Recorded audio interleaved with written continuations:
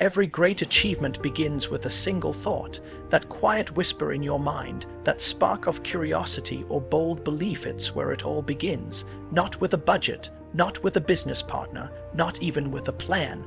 It starts with you deciding to see something differently, to believe that something more is possible, that you were not placed here to live life on autopilot, checking boxes, surviving Mondays and craving weekends. You were placed here to create, to build, to lead, and all of that begins in your mind. You don't need permission to think big, but you do need the courage to listen to your own voice, especially when it gets loud in the world. That thought, the one you keep brushing aside because you're not ready and not qualified and not there yet, it's the seed, and if you water it with belief, if you feed it with focus and protect it from distractions and doubt, it will grow into something powerful. But that growth doesn't happen by accident. It happens by decision. Most people underestimate their thoughts.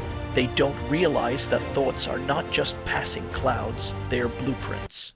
They shape how you show up, what you say yes to, what you walk away from, and who you become in the process. That's why your thinking is not a soft skill. It's not optional. It's everything. It's where strategy starts. Where vision begins. You want to build something meaningful, then start thinking intentionally. Choose what you feed your mind. Be selective with your attention. Be relentless with your focus. Success is not an accident. It's a consequence of alignment, when your thoughts, words, and actions line up. And that alignment is not something you stumble into. It's something you choose every day. You decide, who do I want to be? What do I need to think in order to become that person? What do I need to believe even when no one else believes it yet? That's how leaders are born, not from perfect conditions, not from privilege, not from ease. They're born the moment they decide their thoughts matter enough to build on. Every single person you admire, every founder, every creator, every innovator, every change maker, they all started with a thought. A moment where something clicked, a moment where they said, why not me? They weren't handed certainty, they created clarity through action, and it all started with that first thought. There has to be more. I can do better. I can build something different. That's not arrogance. That's responsibility. That's ownership. That's stepping up and deciding to go first, to be seen, to fail forward, and to keep going. You are not here to play small. You are not here to spend your life second, guessing your instincts. You are here to lead, to contribute, to raise the bar, not just for yourself, but for everyone who's watching you, everyone who's learning from your example, whether you realize it or not, because you're always leading something, your life, your family, your team, your future. And that leadership, it starts inside. It starts with the thought you choose to believe in and act on. And yes, it's risky. Thoughts challenge the status quo. They push against what's easy and familiar. But that's where the growth is. That's where the breakthroughs live. You don't get to rise without resistance. You don't get to lead without letting go of comfort. So if you've had a thought, an idea, a vision, a calling, that won't leave you alone, that keeps showing up in quiet moments, that stirs something in your spirit, don't ignore it. That's your signal. That's your starting point. That's the raw material for everything you're meant to build. Your job is not to have all the answers. Your job is to honor the thought, to give it space, to trust that it showed up for a reason, and that you are the one who is meant to carry it. You don't need to be perfect. You just need to be committed. You just need to keep showing up for that thought, keep refining it, keep aligning your actions with it until it turns into something real. That's how movements start. That's how businesses scale. That's how legacies are built. One thought at a time, followed by relentless action. So today, I'm not asking you to change everything. I'm asking you to listen, to slow down long enough to hear the thought that's been waiting for you to pay attention, to realize that your best ideas are not random. They are invitations. They are blueprints. They are the first brick in the foundation of something extraordinary. Every great achievement you admire, it was once just a thought. The difference is, someone believed in it enough to build it. Now it's your turn. Your thoughts are not just passing ideas or random noise in your mind. They are the framework of who you are. Every identity is born in the mind long before it ever becomes visible to the world. Before you ever speak, before you take action, before you build anything of value, You've already made thousands of silent decisions in your head. And those decisions, they shape your reality. They shape how you show up, how you carry yourself, what you believe you're capable of, and whether or not you give yourself permission to lead. People want to change their lives, grow their businesses, become more confident, more focused, more influential. But they overlook where that change actually begins. It doesn't start with more information. It doesn't start with a morning routine or another book. It starts with the thoughts you allow to define you. It starts with what you say to yourself when no one's listening. Because every time you think, I'm not ready, I'm not qualified, someone else is already doing it better. You are reinforcing an identity that keeps you playing small. You are building an internal narrative that tells you it's safer to shrink than to show up. You will never outperform your identity. You will never outwork a belief that says, I'm not enough. You can hustle all day, check off every to-do list, burn through your calendar, but if your thoughts are rooted in fear, insecurity, or doubt, it will all feel heavy. It will never feel aligned, and here's what's even more powerful. You get to choose your thoughts. You get to rewrite the story. You get to decide how you interpret failure, how you process rejection, how you bounce back from setbacks. That's what leaders do. They don't just lead teams or companies, they lead themselves. And that self-leadership begins with mastering your thoughts. Your identity is not what you post online. It's not your title or your follower count. It's what you truly believe about yourself when things go quiet. When the pressure is high, when the results aren't coming yet, that's when your real mindset speaks. That's when your identity gets revealed.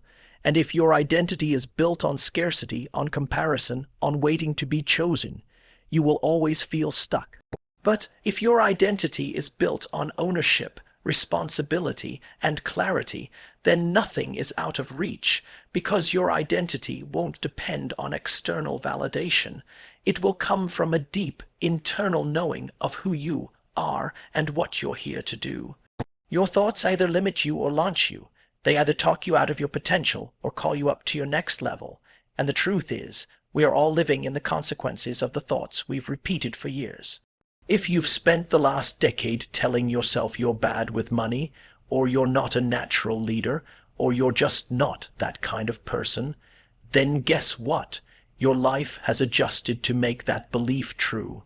But the moment you change the way you think about yourself, the moment you say, this isn't who I want to be, and I don't have to stay here, you reclaim your power.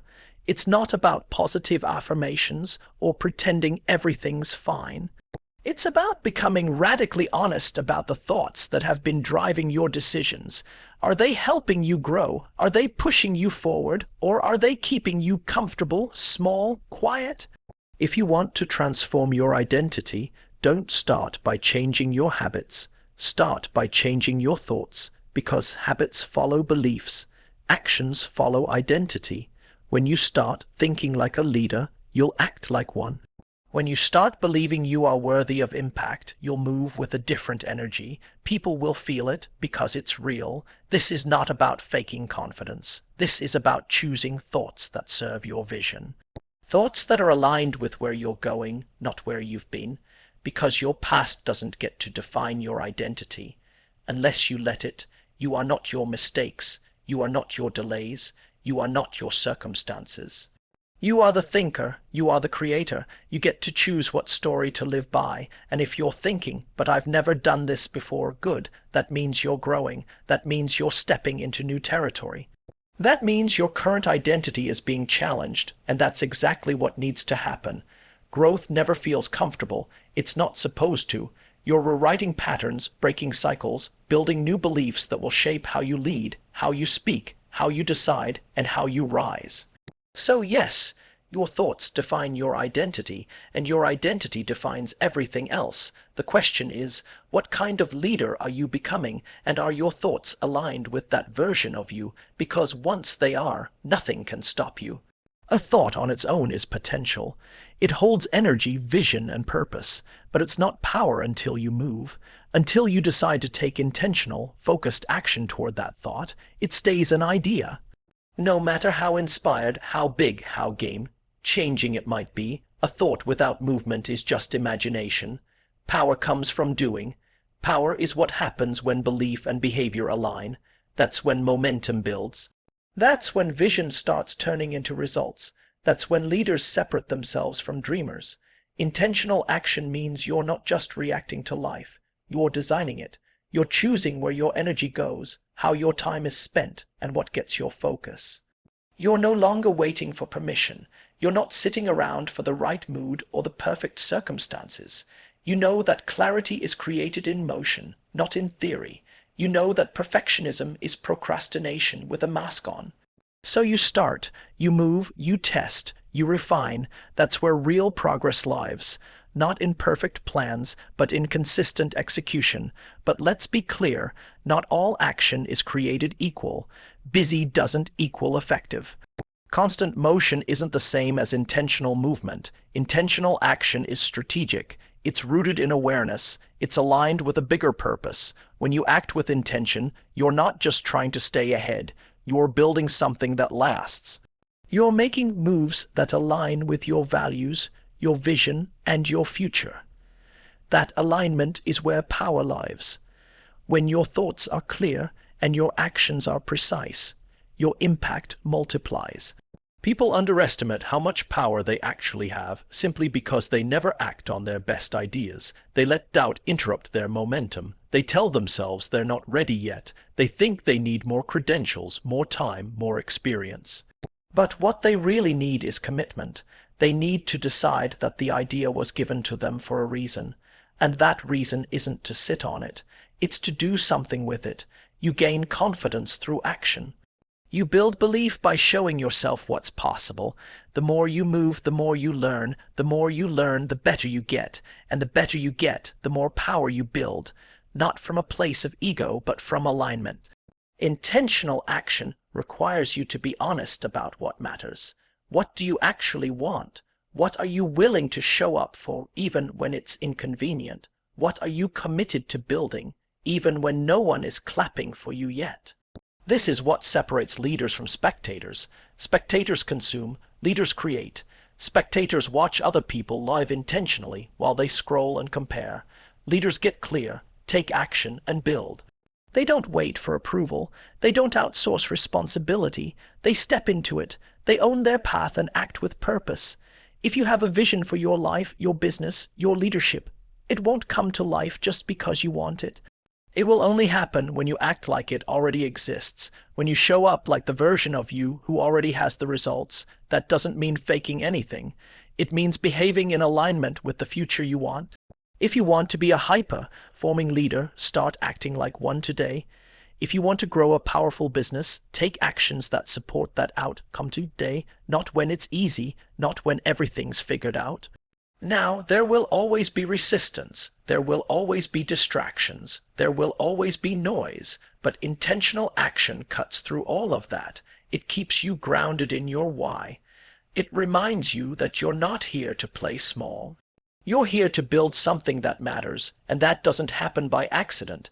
That happens through clarity, through consistency, through aligned movement every single day, even when it's hard, especially when it's hard. Thoughts are where the dream begins, but power comes when you act like it's real, when you put systems around your vision, when you set boundaries that protect your focus, when you say no to things that don't serve your future. That's not extreme, that's leadership. That's what it takes to turn an idea into influence, a thought into transformation. You don't need to do 100 things today. You need to do the right thing. The one thing that brings you closer to who you're becoming. That's what intentional action is. It's movement with purpose. It's alignment in motion. So the next time you get a powerful thought, the kind that stops you in your tracks and makes your heart beat faster, don't just write it down. Don't just talk about it. Move, act, build. That's how power is created, one step at a time, not from hype, but from discipline, not from wishing, but from working. Intentional action transforms thought into power, because power isn't something you're given. It's something you earn through consistent, focused, relentless action toward the future you were born to build. You weren't born to blend in. You weren't made to simply survive the day, go through the motions, or check the boxes society told you to complete. You were built for impact. You were created to shift something. your community, your industry, your family, your future. There is something inside you that was designed to make things better, stronger, more purposeful. And yet too many people settle for existence. They stay quiet when they're meant to speak. They stay small when they're meant to lead. They convince themselves that playing it safe is being responsible, when in reality, it's just fear in disguise. Existing is easy. Existing is what happens when you stop trying, when you let routine become your identity, when you settle for what's comfortable instead of pursuing what's possible. But impact, that's a different level of living. Impact demands more from you. It requires clarity, courage, and consistency.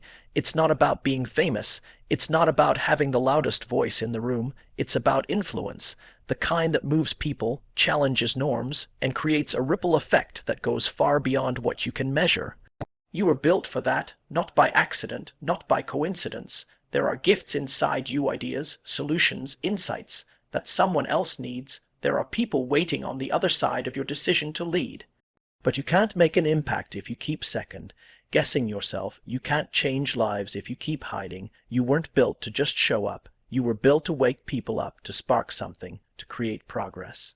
That's the difference between existence and impact. Existence is passive, but impact is intentional. And yes, it will feel uncomfortable at times. You will have moments when you doubt your voice, your value, your direction. But don't mistake doubt for a stop sign. Impact doesn't come from perfection. It comes from showing up in spite of the uncertainty.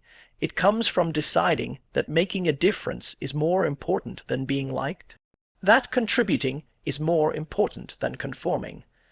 The people who create real change aren't the ones who wait until they're ready. They're the ones who move forward while they're still becoming. You were built with intention. There's no one else wired exactly like you. Your story, your struggles, your perspective. It all matters. It's all part of what gives you your edge.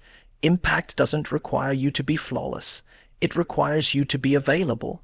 To be bold enough to share what you know, even if you're still learning. To be real enough to let people see your process, not just your highlight reel. Because people don't connect with perfection. They connect with authenticity. And when you show up authentically with the intent to serve, that's where transformation begins. So many people spend their lives waiting for a sign that it's time, but you don't need a sign, you need a decision.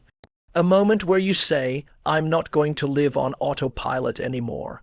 I'm not going to silence my potential just to fit into someone else's expectations. Because you were never meant to be average, you were never meant to just get by. That's not living. That's enduring, and you're not here to endure. You're here to lead, to disrupt, to build something that outlasts you.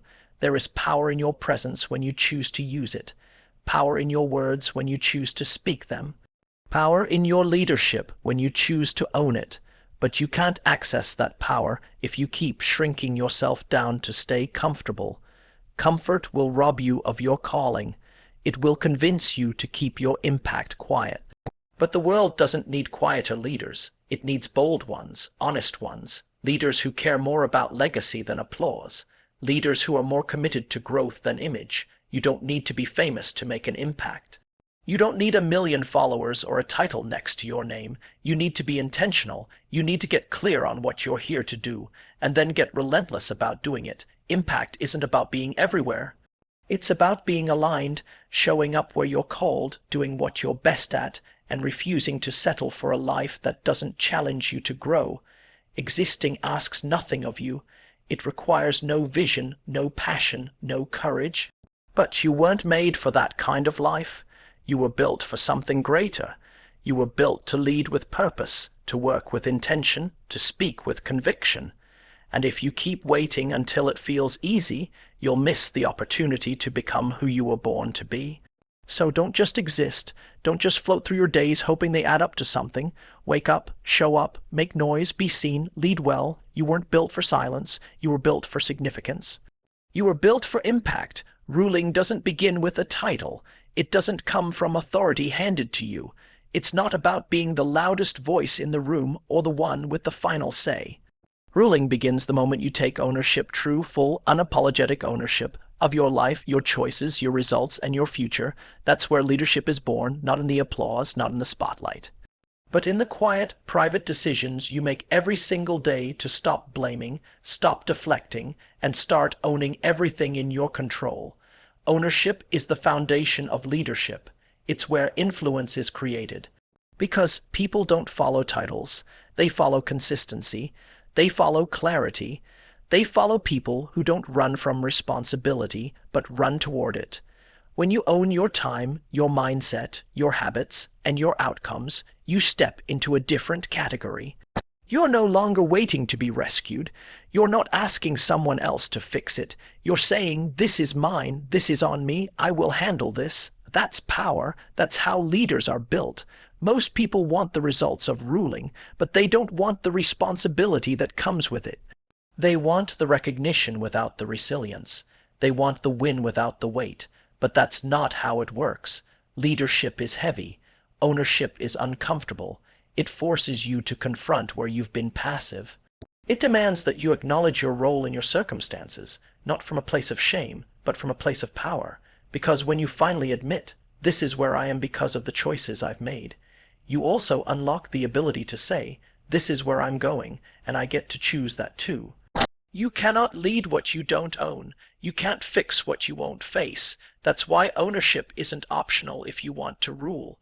If your business isn't growing, own it. If your mindset is slipping, own it. If your energy is low, your schedule is chaotic, your relationships feel disconnected, own it. No excuses, no blame, no pointing fingers, just ownership. Because the moment you claim it, you can change it. And the moment you change it, you rise. Ownership is how you build trust with yourself and with others. When you keep commitments to yourself, you prove that you can be counted on. When you show up regardless of how you feel, when you execute without needing external motivation, you train your mind to operate at a higher standard. That's where confidence comes from, not from hype, but from evidence. Confidence is built in the follow-through, and the follow-through is born from ownership. If you want to rule anything, your career, your team, your future, you start by ruling yourself. That means managing your thoughts. Owning your calendar, being intentional with your words, being disciplined with your habits. It means you stop waiting to feel ready and start moving because you're committed. Leadership isn't about what you know. It's about what you do with what you know. It's about execution, and execution always starts with ownership. Ownership doesn't mean you never make mistakes. It means you own them when you do. You take responsibility for the fallout. You learn. You adjust. You keep going. Leaders don't chase perfection.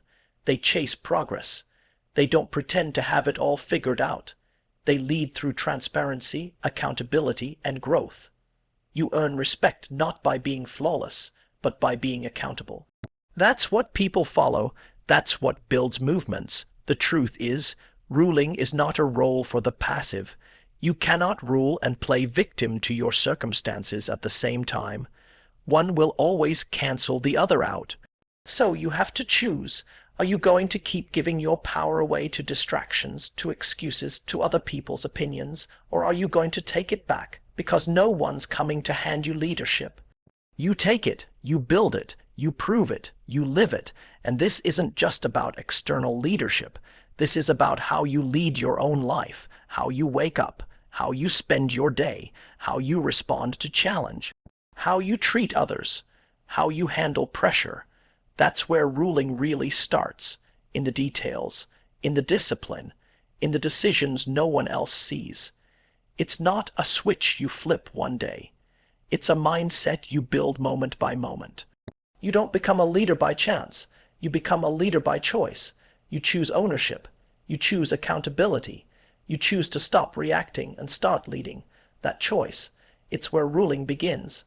Because once you take full responsibility for your life, your impact, your direction, no one can take that from you. That's real power. That's ruling from the inside out. And it starts the moment you decide, I own this. All of it, and I'm building something worth leading.